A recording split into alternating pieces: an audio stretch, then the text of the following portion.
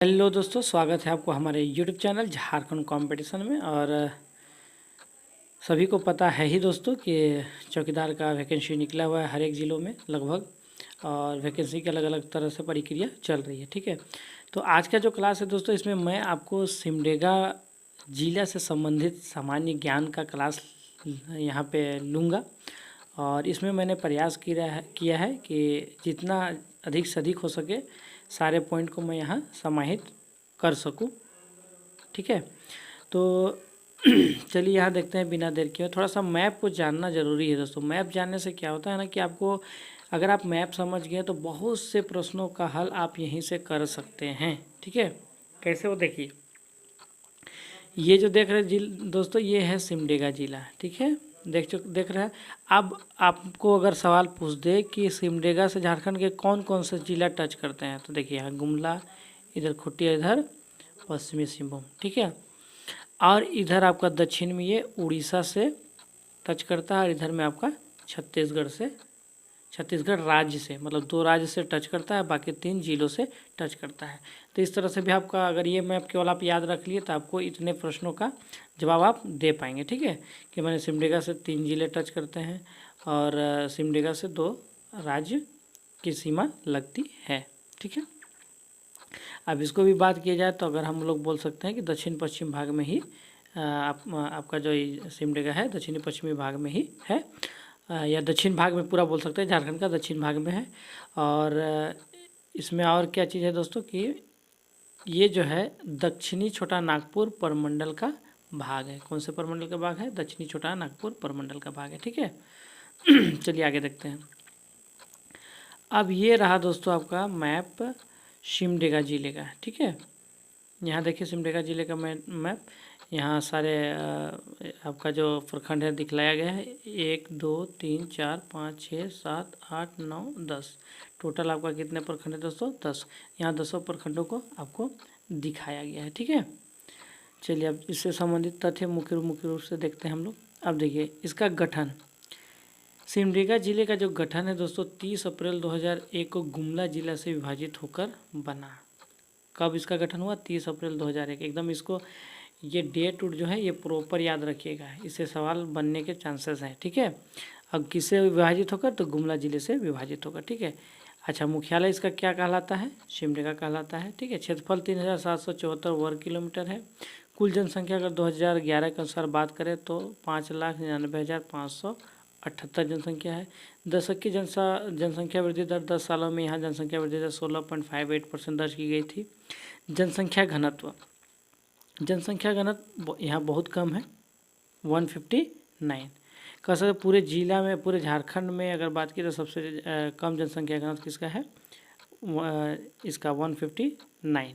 ठीक है, मतलब कुल जनसंख्या को कुल क्षेत्रफल से भाग देंगे तो जितना आएगा उसको हम लोग बोलते हैं जनसंख्या घनत्व। ठीक है, अब लिंगानुपात, मतलब 1000 पुरुषों में महिलाओं की संख्या कितना है? 997। ठीक है, फिर शिशु लिंगानुपात का बात करें कि शिशुओं में बालक में से बालिकाओं की संख्या कितनी है? 969। ठीक है, साक्षरता दर बात करें दोस्तों तो 67.99% है। अनुमंडल 1 है सिमडेगा, मतलब कोई और 2-3 अनुमंडल नहीं है, मात्र एक ही अनुमंडल है, वो है सिमडेगा। ठीक है, प्रखंड का नाम मैं आप लोगों को बतला दिया यहाँ पे कि टोटल 10 प्रखंड है। सिमडेगा, कोलेबिरा, बानो, बांसजोर, जलडेगा, बोलवा, कोडेक, पाकरटांड़, केरसे और ठेठे नांगर। ठीक है, और विधानसभा क्षेत्र यहाँ 2 को पड़ता है दोस्तों। ठीक है, कितने विधानसभा क्षेत्र पड़ते हैं ये सब जानने का जरूरत है आपको, सिमडेगा और कोलेबिरा। ठीक है, राष्ट्रीय राजमार्ग जो यहाँ से होकर गुजरती है NH-33। ठीक है, प्रमुख नदियाँ यहाँ दक्षिणी कोयल और शंख नदी है, और ये दक्षिणी कोयल और शंख नदी आपका गुमला में भी बहते हुए, गुमला से बहते हुए आपका फिर सिमडेगा में प्रवेश करती है। ठीक है, प्रमुख खनिज कुछ है, क्वार्टर या चूना पत्थर इत्यादि पाए जाते हैं। ठीक है, अब अन्य तथ्य यहाँ क्या है जो महत्वपूर्ण है जानने जैसा? अन्य तथ्य, न्यूनतम जन घनत्व वाला 159। ठीक है, न्यूनतम जन घनत्व वाला जिला है ये। अब प्राचीन समय में सिमडेगा को राजा कटंग देव द्वारा शासित बीरू कैसलपुर परगना के नाम से जाना जाता है। ठीक है, कहने का मतलब है दोस्तों कि सिमडेगा को बीरू कैसलपुर परगना के नाम से भी जाना जाता है। प्राचीन कहने का मतलब अगर आपसे सवाल बने कि प्राचीन समय में सिमडेगा को किस नाम से जाना जाता है तो बीरू कैसलपुर परगना के नाम से। अब चलिए दोस्तों, अब आगे हम लोग खेल कूद गतिविधियों का बात करते हैं। चूँकि अगर हॉकी का नाम आया तो सिमडेगा का नाम ना आए, ऐसा नहीं हो सकता है। इसलिए खेल कूद गतिविधियों को कुछ कुछ विशेष को हम लोग को ध्यान देना अति आवश्यक है जब हम लोग सिमडेगा में घुस गए हों तो। ठीक है, तो सिमडेगा जिले को खेल की नर्सरी कहा जाता है। जिला ने हॉकी में एक मील का पत्थर स्थापित किया है। ये मुहावरा टाइप का हो गया, कहावत टाइप का हो गया, है कि नहीं।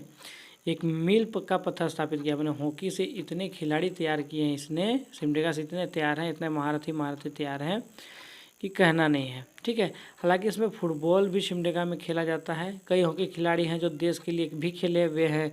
माइकल किंडो ओलंपियन है। ठीक है, सिलानुस डुंगडुंग ओलंपियंस है। कांति बा, मासीरा सुरेन, सुमराय टेटे, जस्टिन क्रिकेटा, विमल लकड़ा, वीरेंद्र लकड़ा, एडिन क्रिकेटा, अंशुता लकड़ा, अलमा गुड़िया, पुष्पा टोप्पो, सुनीता, जेम्स क्रिकेटा, आशित लकड़ा आदि। तो कोशिश कीजिएगा दोस्तों, ये जो मुख्य रूप से जितने भी हॉकी प्लेयर हैं इन सभी का नाम आप लोग याद रखने का। ठीक है, ये सभी नाम बहुत ही महत्वपूर्ण है।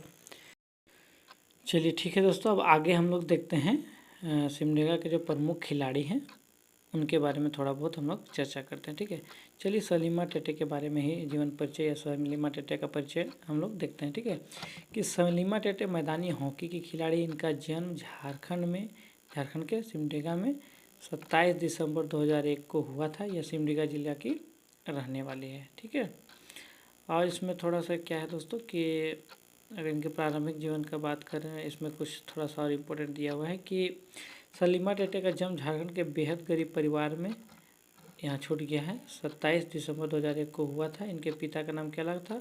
सुलक्षण टेटे, तथा माता का नाम क्या था? सुभानी टेटे। सुलक्षण टेटे और माता का नाम क्या था? सुभानी टेटे। ठीक है, अगला जो खिलाड़ी है दोस्तों उनका नाम है माइकल किंडो। ठीक है, अब इनके बारे में हम लोग थोड़ा सा देखते हैं कि इनका जन्म 20 जून 1947 को हुआ था और 31 दिसंबर 2020 को इनकी मृत्यु हो गई थी। भारत के पूर्व मैदानी हॉकी खिलाड़ी थे। अब भारत सरकार ने इन्हें 1972 में कौन सा पुरस्कार दिया था? अर्जुन पुरस्कार से सम्मानित किया था। और वह 1975 हॉकी विश्व कप में भारत का स्वर्ण विजेता टीम एवं 1972 के ग्रीष्मकालीन ओलंपिक के कांस्य पदक विजेता टीम के सदस्य रहे थे। ठीक है, माने विश्व कप जब हुआ था 1975 में, उसमें जो स्वर्ण पदक भारत जीता था उसके ये सदस्य थे। और 1972 में ग्रीष्मकालीन ओलंपिक जो हुआ था उसमें कांस्य पदक जीते थे, उसके भी ये हिस्सा थे। ठीक है,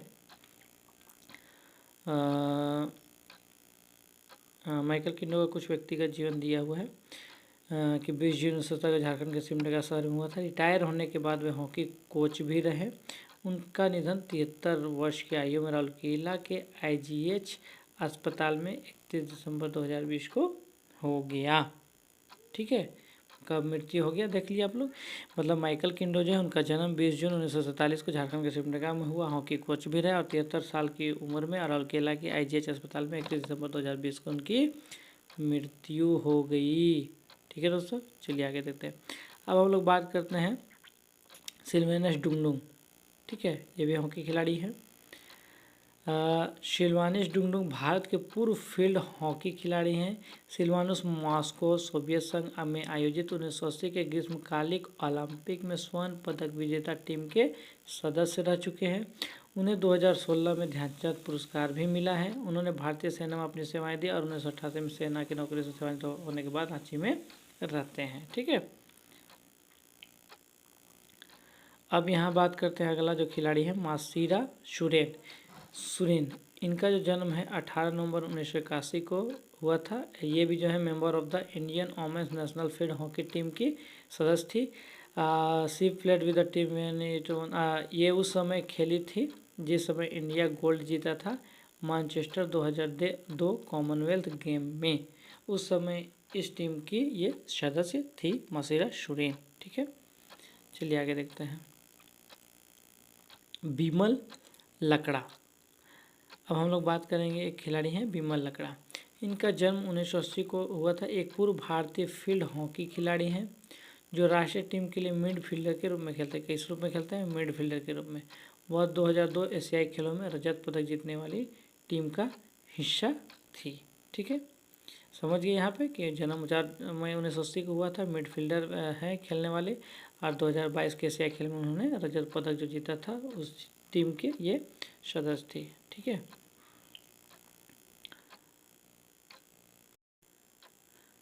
और ये वही कुछ कुछ स्टेडियम है जो आपका सिमडेगा में है ना। एस्ट्रोटर्फ हॉकी स्टेडियम और अल्बर्ट एक्का स्टेडियम। ठीक है,